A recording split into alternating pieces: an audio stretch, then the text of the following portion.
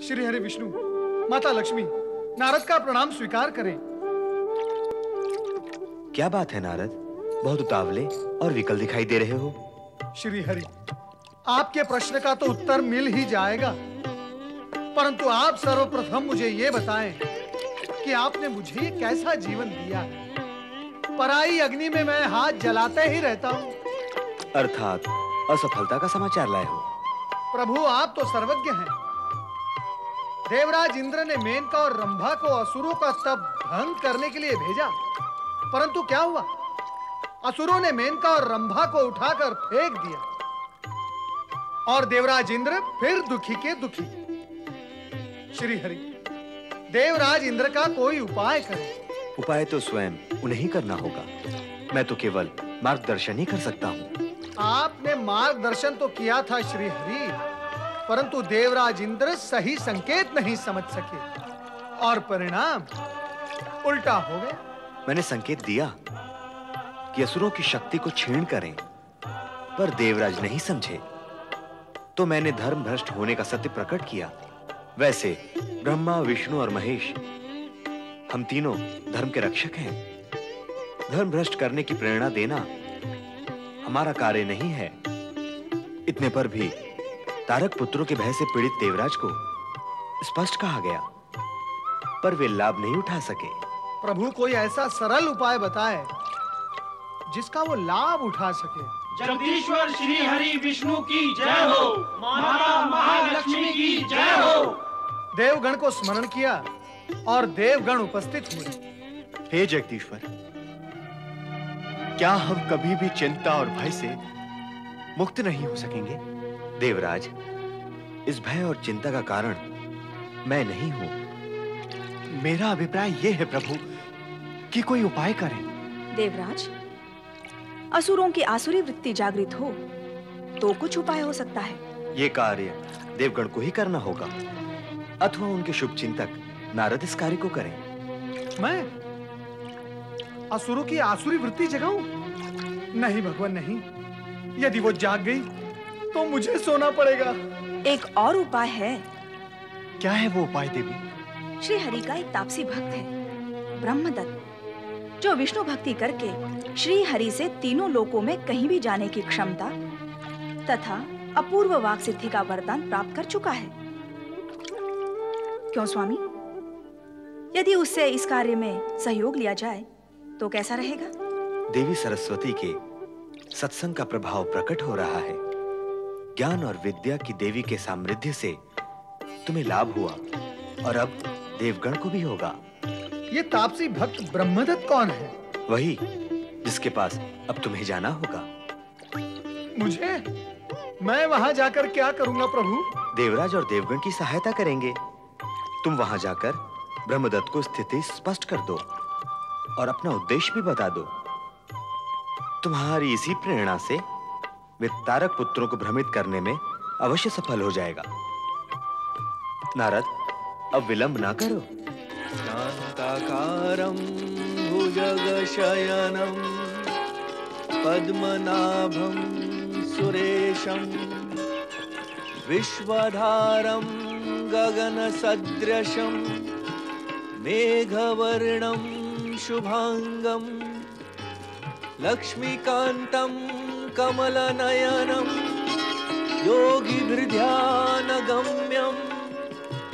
वन्दे विष्णु भवभयहरणं सर्वलोकैकनाथम्।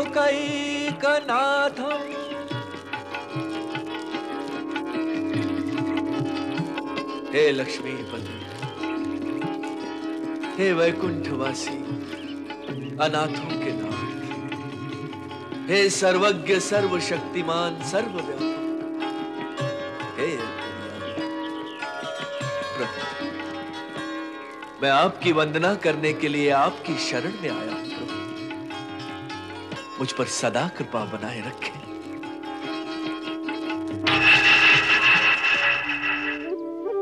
भक्त ब्रह्मदत्त।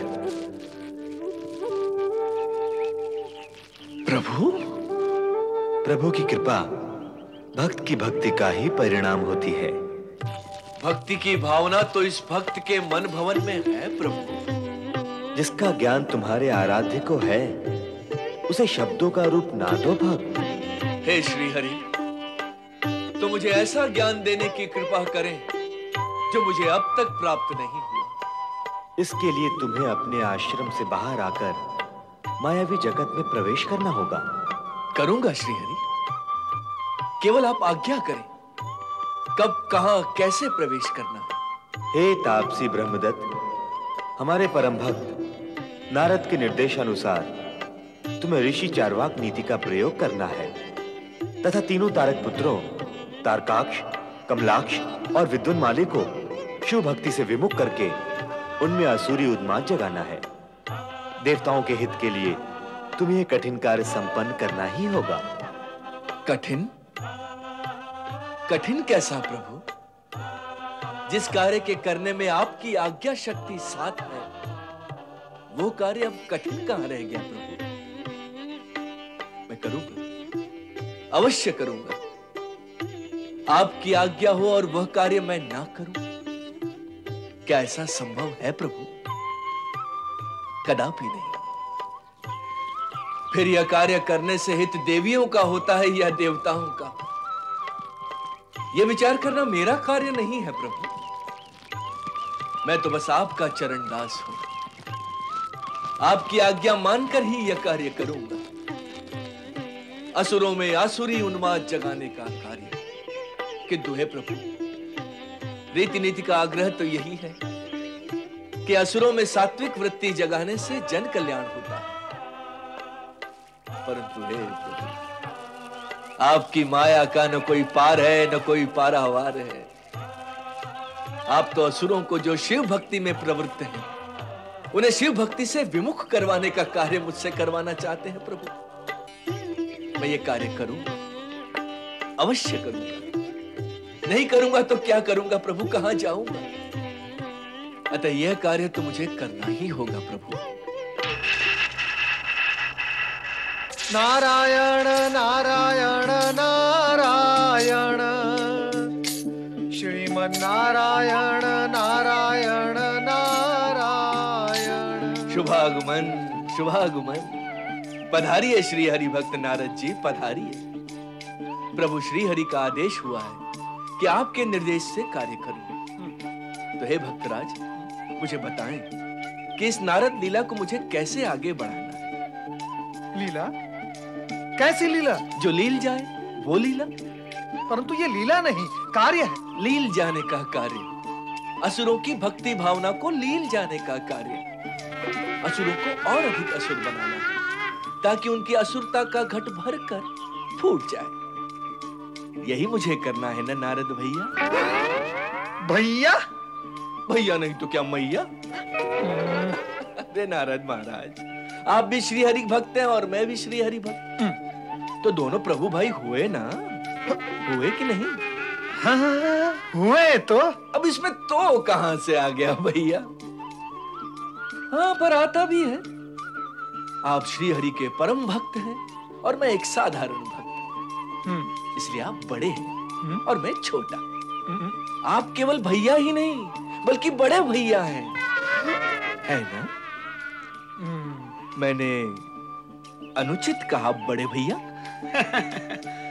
हम भक्तजन कभी अनुचित तो कहते ही नहीं। हाँ भैया, आजकल अनुचित कहने की अपेक्षा अनुचित करने का प्रचलन है। अर्थात? अर्थ ये कि पहले अनुचित कहो फिर अनुचित करो, दुगना समय लगता है ना भैया? इसलिए कहने सुनने की आवश्यकता ही नहीं, जो करना है वो करके समाप्त। ब्राह्मण देवता, मुझे नहीं लगता अभी तुम्हें भावी कार्य के लिए मेरे निर्देश की आवश्यकता है। नारायण नारायण। लगने से क्या होता है बड़े भैया? सत्य तो यह है कि जो लगता है वह होता नहीं है और जो होता है वो लगता नहीं है। भगवान विष्णु जी को देखकर क्या ये लगता है कि वे शिव भक्ति करने वालों को शिव से विमुख करवाने वाले प्रायोजक होंगे? क्या आपको देखकर लगता है कि आप उस प्रायोजक के आयोजन के निर्देशक हैं? क्या मुझे देखकर लगता है कि मैं इस नाटक का एक प्रमुख कलाकार हूं, अभिनेता? नहीं ना? तो ये लगने होने की दूरी ही समाप्त बड़े भैया। सुनो ब्राह्मण देवता, मुझे छोटा भैया कहिए बड़े भैया। अरे कैसे कहूं, तुम्हारे लक्षण क्या छोटे भैया जैसे हैं? नारायण नारायण, अरे तुम तो पिता हो, पिता, पिता नहीं पिता महा हो। भला नारद इतने समय किसी को बोलने का अवसर देता है, परंतु तुम्हारी वाक्पटुता ने मुझे बोलने का अवसर ही नहीं दिया। अब मेरी बात सुनो। कहिए बड़े भैया, मैं सुन रहा हूँ। अपनी वाक्पटुता और बुद्धि कौशल्य से तीनों तारक पुत्रों को शिव भक्ति से विमुख कर दो, उनके मन में आसुरी वृत्ति उत्पन्न कर दो। 4 वाक नीति अपनाओ, अपने चातुर्य से उनके मन में इंद्रिय सुख की लालसा उत्पन्न करो, और यदि आवश्यकता पड़े तो शठम प्रति शाठ्यम, अर्थात कपटी को कपट से मारो। वो तो करूंगा ही, परंतु यदि आप में भी कोई वृत्ति उत्पन्न करनी हो तो आज्ञा करें। नारायण नारायण, तुम अपने अभियान में अवश्य सफल होगे। जो नारद की वाणी के प्रवाह को रोक सकता है, वो असुरों को निश्चित ही विचलित कर सकता है। नारायण नारायण। विचलित तो अवश्य ही करूंगा, किंतु इस भेष में नहीं, किसी और ही वेश में जाऊंगा स्वर्ण पर।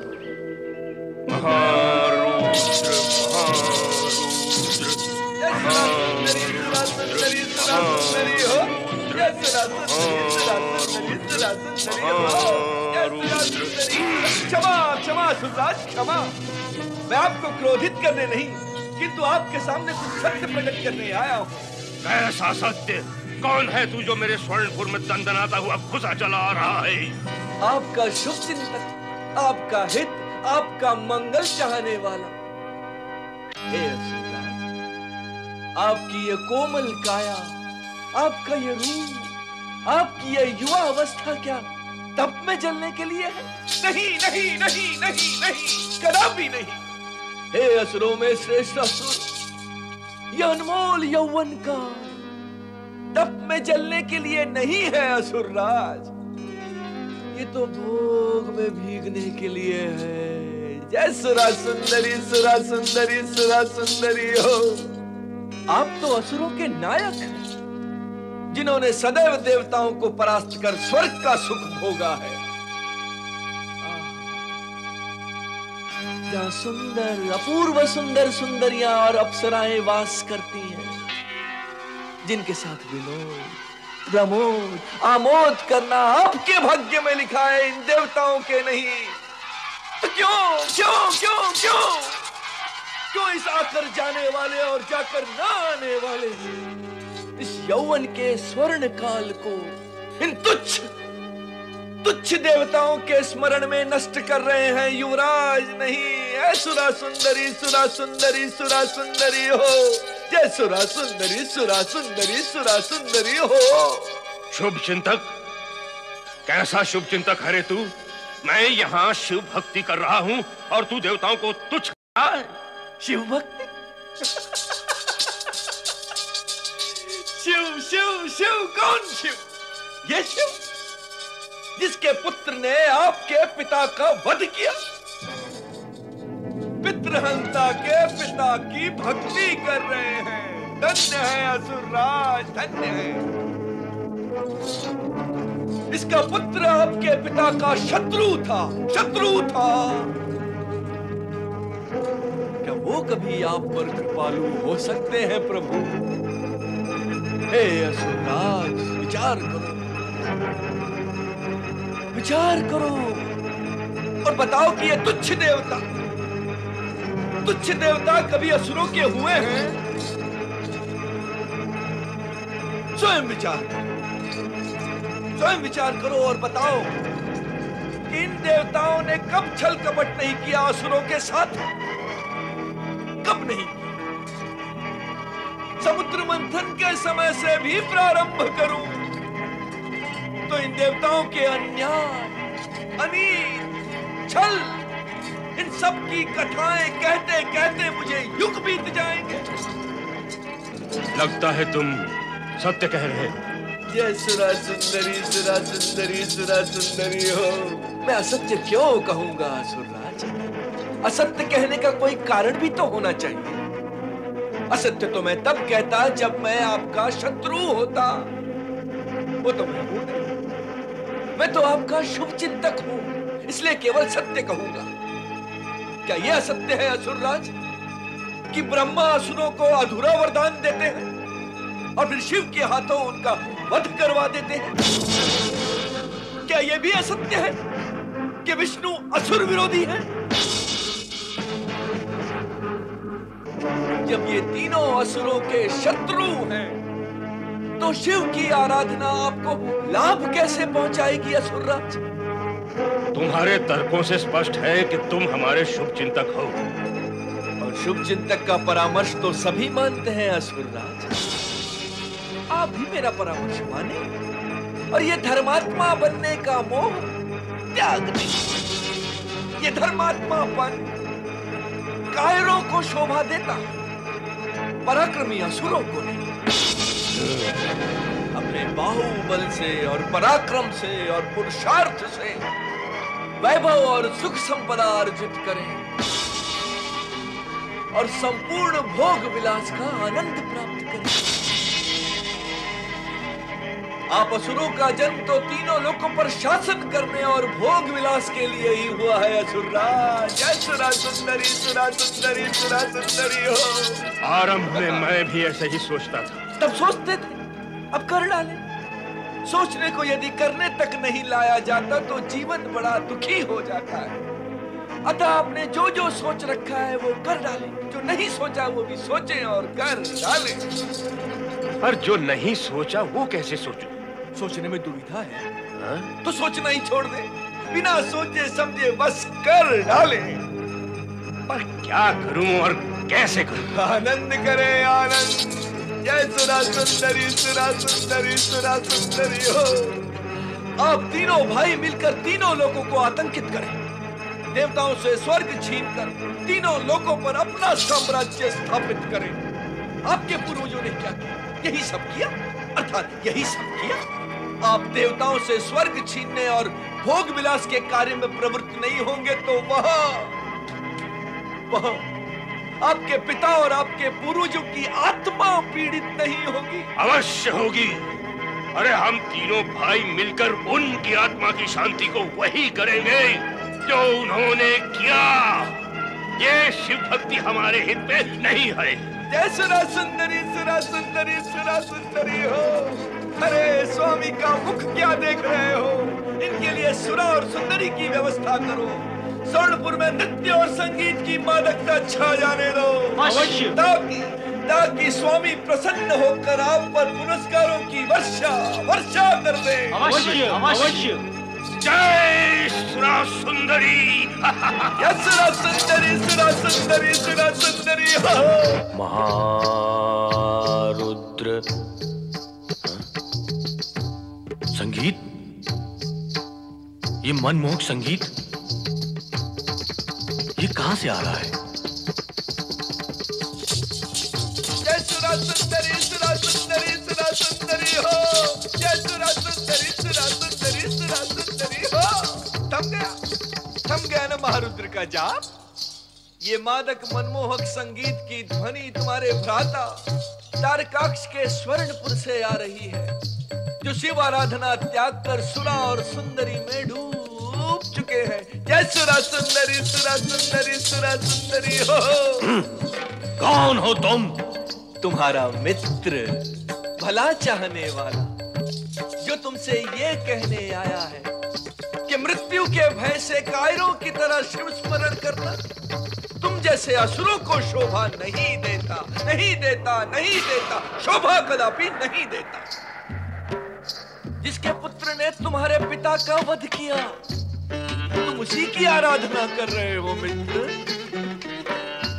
जीवन का सुख भोगने और आनंद लेने की अपेक्षा इस तरह तन मन को गलाकर जीवन और समय दोनों क्यों नष्ट कर रहे हो मित्र? मित्र? हाँ, मित्र, जो तुम्हें शत्रु से सावधान करने आया है। तुम्हारे भ्राता तारकाक्ष ने भी इस अनदेखे मित्र का परामर्श मानकर शिव आराधना को त्याग कर सुरा और सुंदरी को कंठ से लगाकर जीवन का सच्चा सुख भोगना आरंभ कर दिया है। जय सुरा सुंदरी सुरा सुंदरी सुरा सुंदरी हो, तो तुम क्यों विलंब कर रहे हो मित्र? सुनकर अच्छा लग रहा है, पर विश्वास नहीं होता कि भ्राता तारकाक्ष। तो स्वर लहरी को सुनो, उस संगीत की स्वर लहरी को सुनो जो तुम्हारे भ्राता तारकाक्ष के स्वर्णपुर से आ रही है। सुनकर नहीं, देखकर विश्वास करूंगा। यदि तुम जो कह रहे हो वो सत्य है, तो मैं भी शिव भक्ति त्याग कर भ्राता तारकाक्ष का अनुसरण करूंगा। देखता हूं। जय सुरा सुंदरी सुरा सुंदरी सुरा सुंदरी हो, जय सुरा सुंदरी सुरा सुंदरी सुरा सुंदरी हो।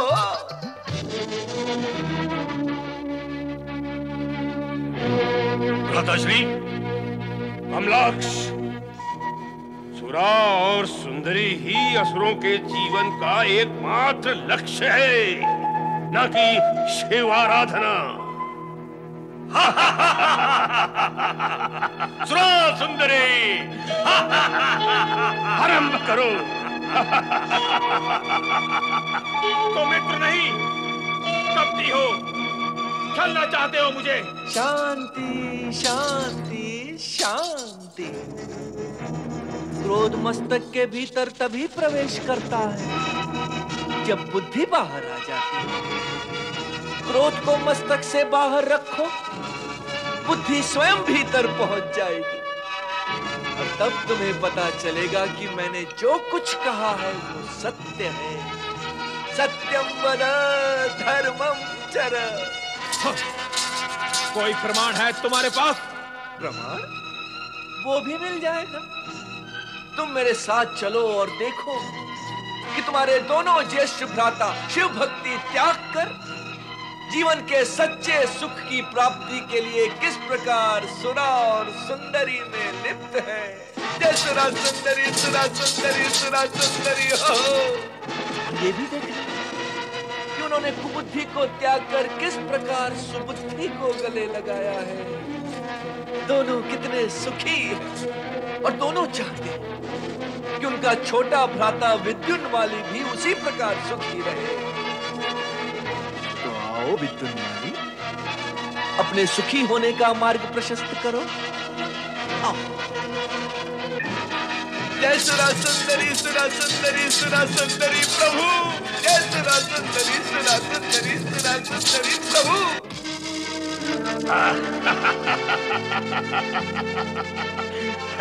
कमलाक्ष, कितना सुख है सुरा और सुंदरी में।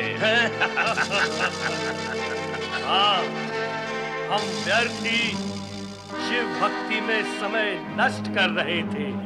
जय सुरा सुंदरी सुरा सुंदरी सुरा सुंदरी हो, जय सुरा सुंदरी सुरा सुंदरी सुरा सुंदरी हो, जय सुरा सुंदरी सुरा सुंदरी सुरा सुंदरी हो, जय सुरा सुंदरी सुरा सुंदरी सुरा सुंदरी हो, जय सुरा सुंदरी सुरा सुंदरी हो। विद्युन्माली, आओ आओ, तुम मिले चारवाक से।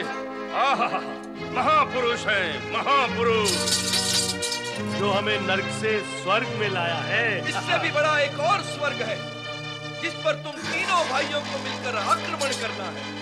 आक्रमण करेंगे, अवश्य करेंगे। तुम पहले सुरा पियो। बैठो विद्युन्माली, बैठो, सुरा पान करो।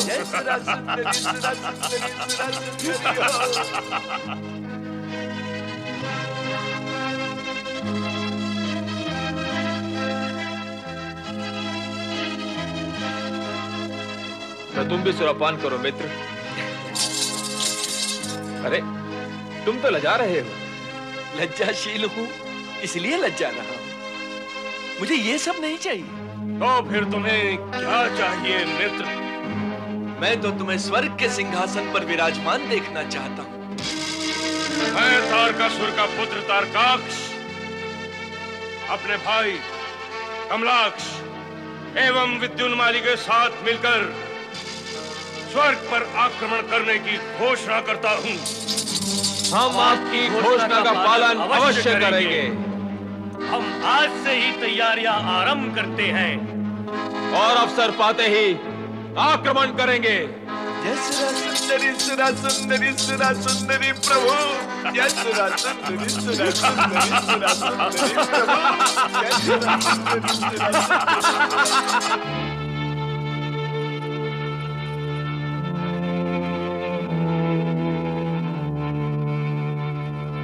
अब तक कोई समाचार प्राप्त नहीं हुआ स्वामी। मन में चिंता बढ़ती ही जा रही है। चिंता करके भी हम क्या कर सकेंगे देवी शची? किंतु देवराज, श्री हरि विष्णु ने तारक पुत्रों का धर्म भ्रष्ट कराने के लिए जिस दूत को चारवाक बनाकर भेजा था, उसका समाचार अब तक तो आ जाना चाहिए। संभवतः चारवाक तारक पुत्रों के मायाजाल में फंस गए हैं। ऐसी अशुभ संभावनाओं को क्यों समीप आने देते हैं अग्निदेव?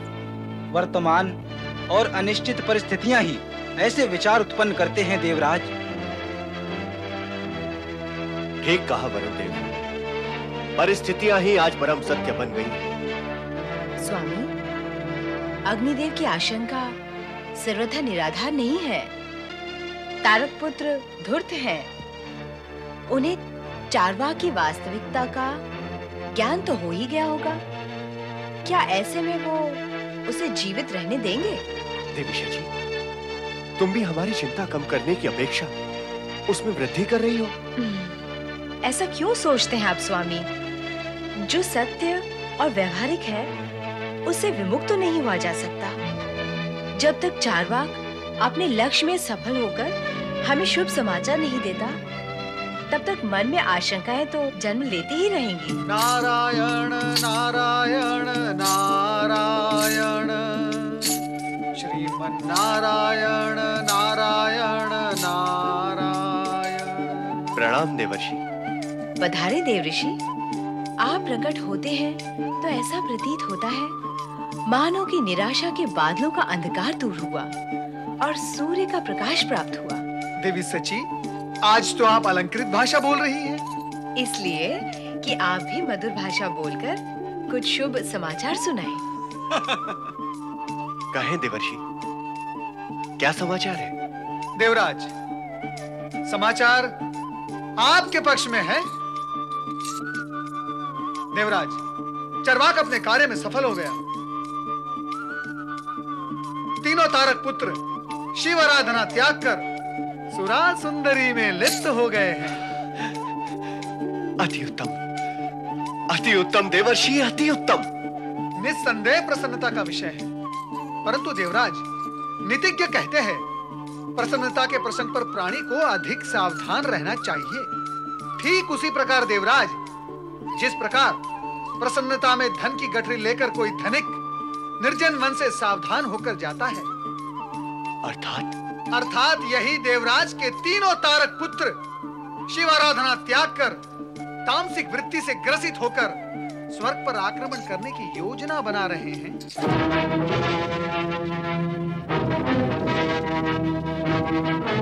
नारायण नारायण नारायण नारायण। पालनहार भगवान श्री हरि विष्णु रक्षक है तो चिंता कैसी देवराज? आप भगवान श्री हरि विष्णु पर विश्वास रखें, सब कल्याण ही कल्याण होगा। वे तारक पुत्रों की योजना कभी सफल नहीं होने देंगे। पर देवर्षि, ब्रह्मदेव ने तारक पुत्रों का वध भगवान शिव के हाथों होने का वरदान दिया है। ऐसे में श्री हरि विष्णु हमारी क्या सहायता कर सकेंगे? नारायण नारायण। देवराज, आपका ये कैसे और क्यों आपके ज्ञान पर प्रश्न चिन्ह लगा देता है।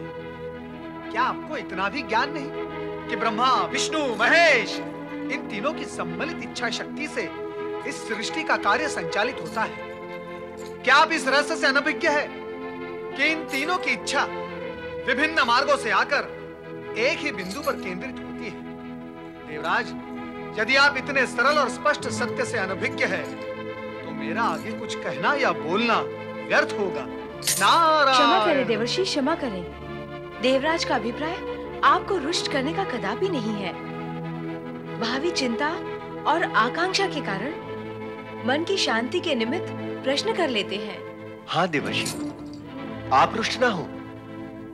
आप जैसे मार्गदर्शक और शुभचिंतक के रुष्ट हो जाने से हमारी क्या गति होगी, उसकी तो कल्पना भी भयावह है। आप हमें क्षमा करें देवर्षि। नारायण नारायण। देवराज, आप सत्य को समझने का तनिक प्रयास करें, तभी आप भावी योजना के लिए उचित निर्णय ले सकेंगे। आप ये न समझे कि तारक पुत्र स्वर्ग की संपदा और ऐश्वर्य से आकर्षित होकर स्वर्ग पर आक्रमण करना चाहते हैं। नहीं, ऐसा कदापि नहीं है, क्योंकि उनके पास स्वर्णपुर, रजतपुर, लोहपुर है, जो स्वर्ग से अधिक सुंदर, भव्य और मोहक भी है। तो देवर्षि, फिर वो स्वर्ग पर आक्रमण करना क्यों चाहते हैं? अपने पिता तारकासुर के वध का प्रतिशोध लेने के लिए ही वे स्वर्ग पर आक्रमण करना चाहते हैं, परंतु इसमें चिंता का कोई कारण नहीं। देवराज, आपको चिंता त्याग कर भगवान भोलेनाथ की शरण में जाना चाहिए तथा उनसे निवेदन करना चाहिए कि हे भोलेनाथ, तारक पुत्र धर्मभ्रष्ट हो चुके हैं, अब आप उन्हें शीघ्र से शीघ्र समाप्त कर दें। पर क्या देवर्षि?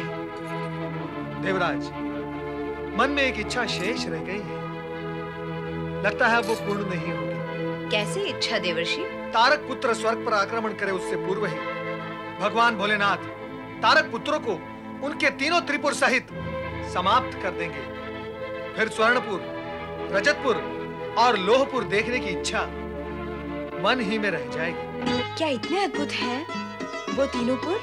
हाँ देवी सची, कहते हैं दैत्य शिल्पी मायासुर ने अपनी अद्भुत कला द्वारा एक अलौकिक सृष्टि की रचना की है। मैं तो इस उद्देश्य से यहाँ आया था, यदि देवराज मेरे साथ वहाँ चलते तो हम दोनों वहाँ जाकर दैत्य शिल्पी मायासुर से उस अद्वितीय कला के दर्शन कराने का अनुरोध करते। असुरों के घर में, अर्थात शत्रु के घर में जाना चाहते हैं आप देवर्षि? परिणाम सोचा है आपने? नारद परिणाम सोचकर ही कार्य करता है देवी सची। क्या आपको मेरी बुद्धि पर तनिक भी विश्वास नहीं है? नारायण नारायण, जब यहाँ मेरी बुद्धि पर संदेह किया जाता है तो मैं क्यों चला आता हूँ यहाँ परामर्श देने? भविष्य में कदापि नहीं आऊंगा। देवर्षि, आप तनिक सी बात से रुष्ट होंगे तो भावी कार्य कैसे पूर्ण होंगे? देवी सची, हम वहां जाकर दैत्यासुर माया शिल्पी से पूर्ण आश्वासन पाकर ही उन पुरों में प्रवेश करेंगे, अन्यथा नहीं। हाँ स्वामी, शत्रु के समीप तो सुरक्षा की व्यवस्था आवश्यक ही है। मेरा विचार है अग्निदेव, वरुण देव और मेघदेव के साथ साथ देवगण आपके साथ रहते तो मैं भी आश्वस्त होती। अवश्य, हमें भी तो त्रिपुर देखने हैं। देखें तो मायासुर ने कैसी अद्भुत सृष्टि की है। 1 से 2, 2 से 5, चलो हम सब चले मायासुर के पास। नारायण नारायण।